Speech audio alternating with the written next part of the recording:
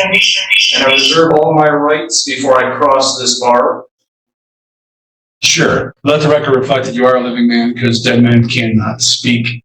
So, and I can hear This fraudulent presumed anyways, though.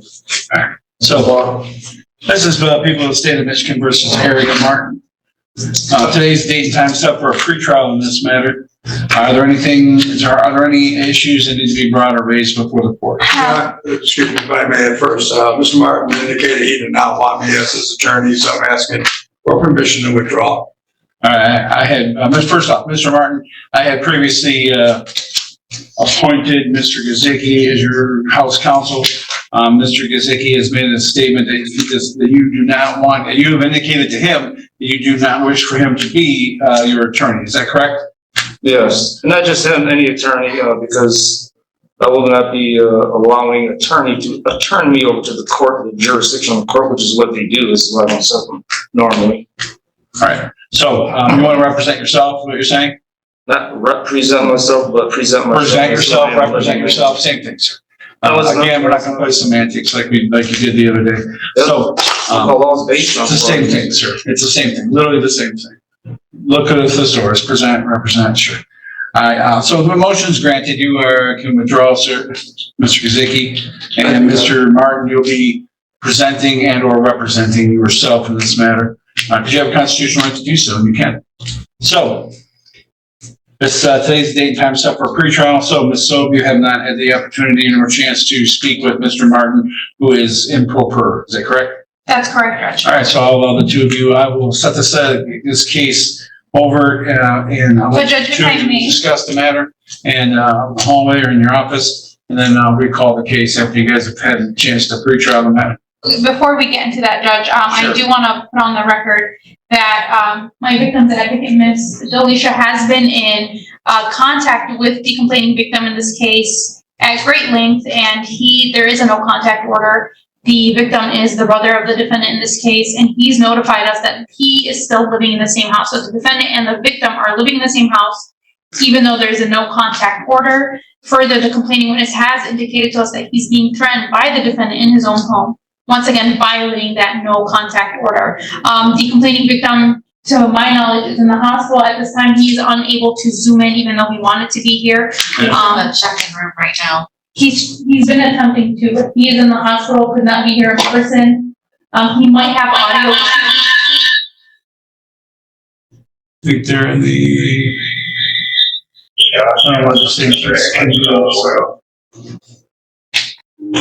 I got Kurt Martin Yes. in the check-in room. So if you want to zoom back in or you jump in back in on Zoom, Kurt Martin is in the check-in room right now.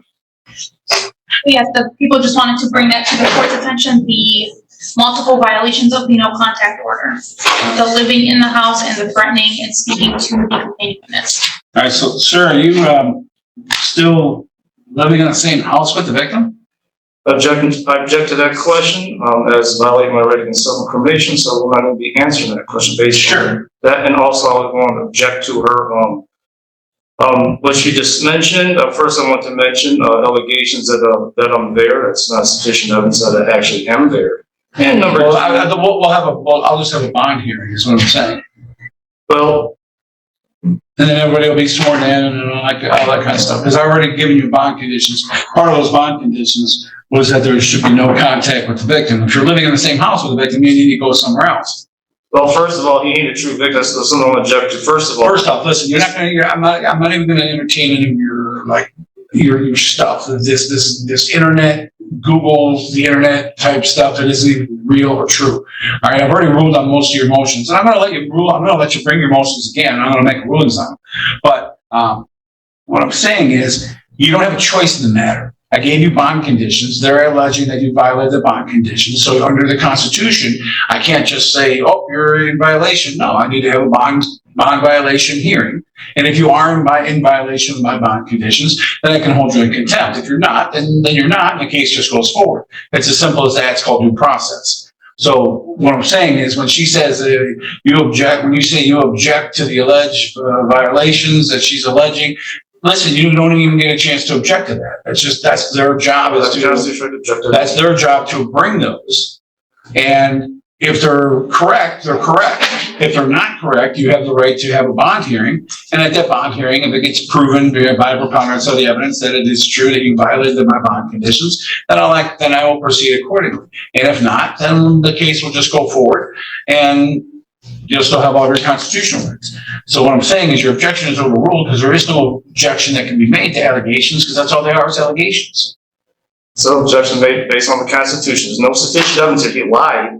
This whole case Sure, is you're based on him testifying. You're lying. not going to testify. You're not going to testify. Listen, you're not going to testify. If you want to testify at your bond violation hearing, you can do so, or you have the right to remain silent. Anything you say can and will be used against you. So what I'm saying is, the only reason I'm cutting you off is I don't want you to step on your own constitutional toes. Everything you're saying can be used against you. So I don't want you to say something that you didn't mean to say, and then all of a sudden, then they get to use that against you because that's your right to remain silent. You understand that, right? You understand what I'm saying? Okay, I'll take your silence. I'll take your silence as an affirmative. No. So, well, you didn't say that you didn't understand. So, No, I do not understand. you don't I do understand. not stand under but anything you're saying. So, but anyways, this is all this discussion for emotions. From an English standpoint, you're not standing under anything. I didn't build a bridge. I didn't Well, build. legally, it's not all I didn't based put up on. an umbrella. I didn't put up a canopy. I didn't put up any kind of other item that you could stand under, a ladder, you name it. So Asterisk courtroom hearing takes an unexpected turn when the defendant refuses legal representation and insists on defending himself. Instead of focusing on the charges, he repeatedly argues that the court has no jurisdiction over him. The judge calmly explains that because the alleged crime happened in the city where the defendant lives, the court clearly has the legal authority to hear the case. there's nothing that I've said that you can stand under. But what I am saying is you do have the right to remain silent. Anything you say can and will be used against you at trial. So that being said, I'll let you go into the hallway. You can meet with Ms. Sobe and have a pretrial in this matter, and then we'll deal with after Kurt talks with the victim advocate, and then you talk with the victim advocate.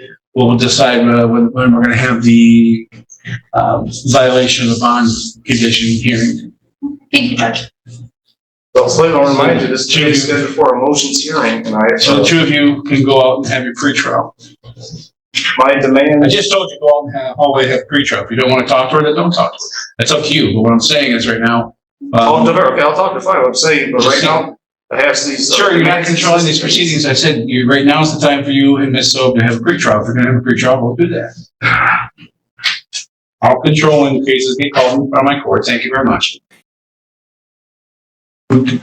You dismissed the case for lack of jurisdiction is denied. 1, you live in Taylor. 2, you allegedly committed a crime in Taylor. 3, the complaint was filed here in Taylor and was sworn to here in Taylor. So under that Constitution, you availed yourself of the jurisdiction. You live in Taylor. You enjoy all the protections of the police department, the fire department, garbage services, you name it. You have more than adequate minimum contacts with the jurisdiction. And I find that your motion has no merit and is denied.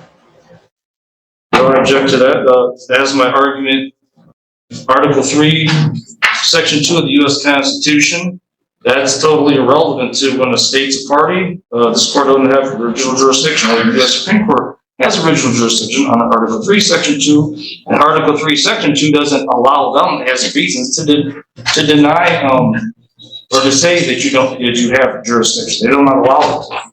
Sure, Article 3, Section 2. Again, your motion is denied. Article 3, Section 2 of the United States Constitution deals with when one state sues another state. And that's like trash cases like New York versus New Jersey, things like that. But they have original jurisdiction over. The prosecutor then reveals that the defendant may have violated a court-issued no-contact order by continuing to live with and allegedly threaten the victim. The judge explains that these are only allegations for now, and that a separate bond violation hearing will determine the facts. However, the defendant continues making unusual legal arguments instead of addressing the evidence. Those cases. This is the state of Michigan versus an individual who lives here in Michigan, and that's you. And so, living man, living trust, living Sue, whatever you want to call yourself, guy, big E, little G, I don't know, whatever, all that good stuff, big M. None of that makes any sense, nor does it make any difference legally. The fact that I have little yellow tassels around the flag over here, that doesn't change anything either. This is the United States. Sure, keep on going. This is the United States. This is Taylor. You live in Taylor. You committed a crime allegedly in Taylor. So the case is going to start here in Taylor. And so that's why I have jurisdiction over you for the reasons stated on the record and just the obvious the United States Constitution and Michigan Constitution. I have jurisdiction over this case. So that motion is denied.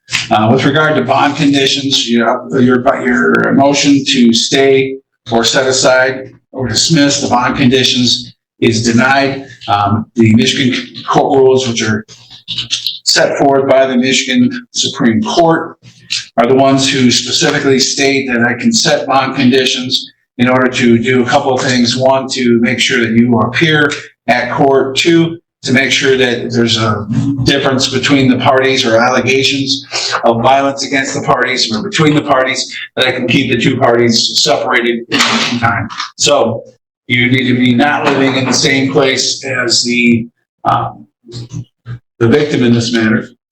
Now, at the bond hearing, I'm going to set a bond hearing for the alleged violations of that bond hearing, because one of the things I need to know is who owns the house, like legally owns the house. Because I'm a big proponent of property rights, and that was one of the biggest things that we moved over here and created a constitution, and why property rights, and you can't just take people's property and all that kind of good stuff. So somebody's going to be moving out in the meantime during the trial. I don't know if it's you or it's a victim. Whoever actually owns, like owns the house. I'm not going to order somebody to move out of their own house and let a victim or alleged victim stay in a house they don't even own. The victim will move. That's how that's going to work. So if you want to check with the victims and see who actually owns To the my house. knowledge, I believe it is the mother's house, Okay. and they are brothers. And the mother is still alive? To my knowledge. Okay. Is she alive? You talking about my sister, Lisa Martin? No, she always keeps saying she owns it. She owns nothing. Who owns the home? Well, I'll just look up the Wayne County Register of Deeds. Council, just make sure you just do a search in the Wayne County Register of Deeds, find out who owns the home. Well, under adverse, non-adverse possession law, because I've been living there minimum 15 years under that state statute. No, you see, again, listen. You just have no law, they have to literally teach it. So just telling you, you're wrong. Because you can't have adverse possession with permission. If you have permissive use of the property, you'll never, ever going to get adverse possession. Adverse or non-adverse, okay? Okay, there is no non-adverse, trust me. I don't remember that one ever being on the bar exam. But you know what, hey, whatever bar exam you want to take, you let me know. I'll study that one too, and I'll take that one. But to answer your question, let me finish saying, you always want to try to cut. No, because I want to wait till everybody's under oath. Fair. I'm saying at the hearing, I want to know legally who owns the property. I was supposed to mention, no, we can do that too, I'm just saying, but it's always, Oh, we're not ready to Parents' do that now house. today. Justin, it was always my parents, right, house, so to say, and I don't even think they really owned it because the mortgage wasn't paid off, so I don't think really, no one totally owns A it. mortgage is just a promise to pay money. It has nothing to do with actual ownership. Ownership and mortgage are two different things. I think actually, all of us at the house are possessors of law. My understanding of law is we're actually possessors. Because the bank really owns, because the mortgage never paid off, from my understanding. But it was always, so to say, our parents' house. Like I said, I don't think they really owned it. Sure, here's what I'm gonna do. I'm just gonna go ahead and sue a spot and look it up in the Wayne County Register of Deeds myself, because it's a matter of public knowledge. And then I'll take judicial notice of the fact who's the owner. Well, like I said, That's all I gotta do. adverse and non-adverse possession, that's the statute. What we're gonna do is we're gonna have a hearing date. And that hearing date is gonna be on the same date as the jury trial. So in the meantime, I have a right to be there because I've been in the minimum did it say 15 you, years. you don't have a right to be there, so you don't own the Sure. property. You don't own the property. Under that statute, I You am. don't own the property. So you need to vacate the premises. That's where the victim was. I told you no contact with the victim. And that's an unlawful void order because of violation. But it's not. Because without any evidence, you can't just say, I can't be Okay, at a so house. listen, sir, I'm gonna tell you one more time. I'm not gonna sit here and argue with you. If you keep arguing with me in court here, I'm gonna hold you in contempt because you're just holding up everybody else who's ready to go and proceed with their cases. And you just keep bringing up the same thing that isn't anything at all to bring up. I've already agreed in my ruling on your motion. I've denied your motion. I told you that you can't live in the same house with the victim on a domestic violence case when I told you you should have no contact with the victim. And if you don't own the house, now if you own the house, like actually own the house, like show the deed that shows that you are the Wayne County Register of Deeds, that you're the owner, I'll make the victim move. Why? Because I'm not gonna kick somebody out of their own house. I'll make somebody will move, but it ain't gonna be you then. But you don't own the house. Okay, so, you're gonna need to vacate the premises. You're gonna need to vacate the premises. Okay, and I objected, like I said, it's not just a deed whether someone owns it. Under the statute in Michigan, it mentions. First off, what statute? Cite the statute. Okay, I don't have it right in here because I was going to grace, but I'll give you the statute. You already know me. I cite MCLs, all I know problem. So I'm gonna give the MCL statute, but it deals with what's called non-adverse or adverse possession. Okay, so you live one of the basic elements. You lived at a house for 15 years, right? But remember, this is my parents' house, right? I've been there 30-something years. When you lived in a house that long, you are considered part owner of these, if, you know, so, and therefore a right to be living at that house. No. So it ain't just whether you have a deed or not, that's, and regardless of the ownership. No. Yes. No. No. You have a MCL statute on the site. after 30 days, if you stay in the premises with permission, after 30 days, you become a de facto month-to-month leaser. And you become a leasee at that point, and you have a lease with the property. That's it, at best. And that means you can stay there and they can evict you, or... As the hearing comes to an end, the judge firmly rejects every motion challenging the court's authority and the prosecutor's standing. He reminds the defendant that courtroom decisions must be based on actual law, not internet theories or legal misconceptions. The case will now move forward to a bond hearing and, if necessary, a jury trial. I can give you a bond order that says you need to vacate the premises. That's a court order. You don't own it. You don't get a possessory interest. You don't get an ownership interest. There's an absolute difference. No one owns it. There's an absolute difference. You're not going to argue with me. Keep arguing with me, and I'm going to hold you in contempt. Because I'm telling you, you don't own the property. You have a possessory interest at best, because you've been there for 30 days, sure. And they can either evict you, or a bond condition can move you out. Either one. Or actually an injunction from the circuit court for if there was a case, they have the power to move you out of there as well. There's 3 different scenarios where you could be moved out of there. One of them is bond condition. Bond condition says no contact with the victim. You don't own the house, get out. In the meantime, get out until the case is done.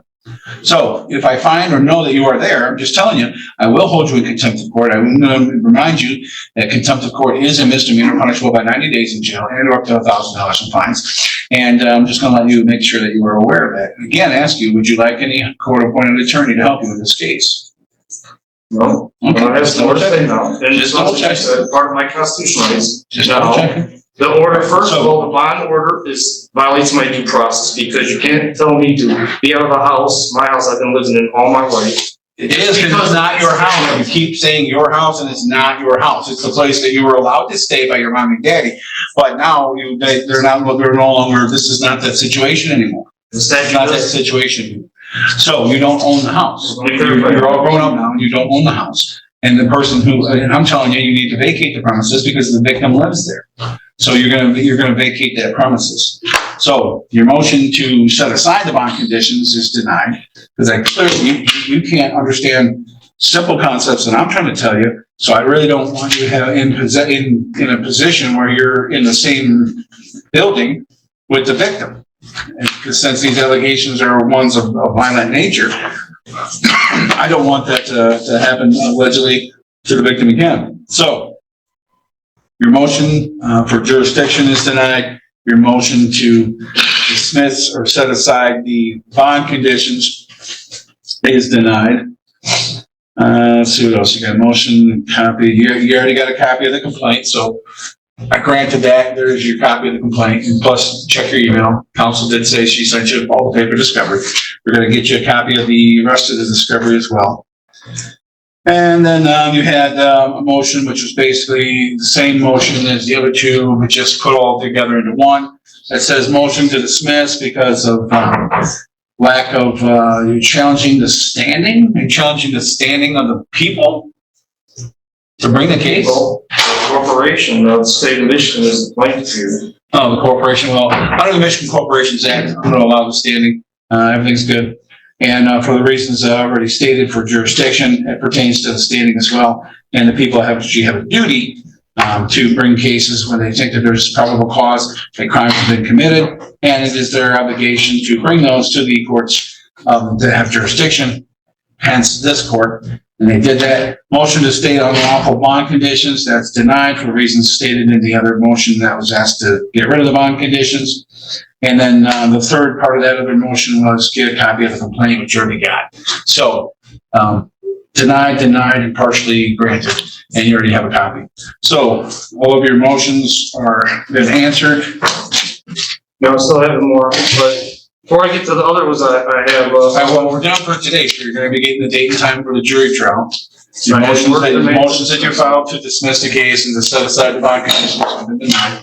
I'm gonna, get this, jury date set, and then I'll hear any other dispositive motions on that date. I'll hear the bond violation hearing on that date. And then if there's gonna be a trial, then we'll go ahead and hold the trial on that date. refusing to hear other demands I had to dismiss. Sure, I have three motions that you have in front of me. I made my ruling on 3 motions. So I'm saying I have more debate right now verbally. I have more based on, she has no standing as the prosecutor. That's one of them I have to make. So Okay, if I was motion. making- You know what? You just made the motion. I'll rule on. No, the but motion. I finished. Motion, No, first it's not off, a motion, it's a demand. Just- This is based on my constitutional. demand motion, call tomato. It really doesn't matter. A motion is you're asking the court to do something. We're demanding the court to do something. Ms. Sophie, you work for the Wayne County Prosecutor's Office. I do. Does Wayne County Prosecutor's Office have jurisdiction under Michigan Constitution and under statutes to prosecute cases that happen and any alleged crimes that happen in the county of Wayne? They do. And you work for, who is your boss? Worthy. Kim Worthy. Kim Worthy is the elected Wayne County prosecutor for the county of Wayne. Yes, Judge. All right, motion denied. Then She you has- have my argument. she has standing. She has standing. She's doing her job. I have not made my argument. Based on my motion. Sure, make her- It's okay. Make your Argument is she has no standing because she doesn't have a power of attorney with the so-called corporation, state of Michigan or city of Taylor. Since she has no power of attorney that she can show to the court evidence, she has no standing. Because she can't possibly have a power of attorney because the corporation is a non-living human. So she can't possibly have a power of attorney with the city of Taylor or the state of Michigan, which is the plaintiff here, the real plaintiff. Therefore, she has no standing. All right, after hearing your argument, I'm again denying your motion. Based on what? Based on what? Based on everything you said is all legal mumbo jumbo. It makes no sense whatsoever. Like literally, if you want to know the action, it has no basis in constitutional law. It has no basis in statutory law. The fact that you're saying that a prosecutor can't do her job, she's literally hired by Kim Worthy, who is the elected Wayne County prosecutor, who under the Constitution and Michigan statutes, criminal statutes, Revised Adjudicature Act, and the Michigan Constitution all coming together to give this court jurisdiction to make rulings on any crimes that happen in this jurisdiction, which they have alleged that you have done. You got a copy of that complaint. And now they are sending their employee, okay? If you want to talk about agency, you want to talk about power of attorney, I don't need you. When I hire somebody as my employee, I send my employee and they have what's called apparent and actual authority. Could be both, could be either, doesn't matter. That means that they send that person who has such apparent authority to go and act on, on their behalf. And Kim Worthy isn't here right now. That's why she is an assistant prosecuting attorney. And she is here at the whim of and under the control of Kim Worthy, who is the prosecutor. Now that's a legal argument that's actually based in law. Okay? Yours was not based in any law that this court would ever recognize. You represent humans, maybe, not corporations. I didn't know. I know you're a living man, you've said. I didn't know if you were that living man, and I didn't know if man was human. I didn't know which. I didn't want to be presumptuous. I didn't say human or anything like that. But I just know that you were a living man, you said. But the court does recognize that because, again, dead people can't sit in my chairs and talk. So your motion is denied. All right? And you're going to get the court date for the jury trial in the mail, and that'll be for all the rest of the matters as well.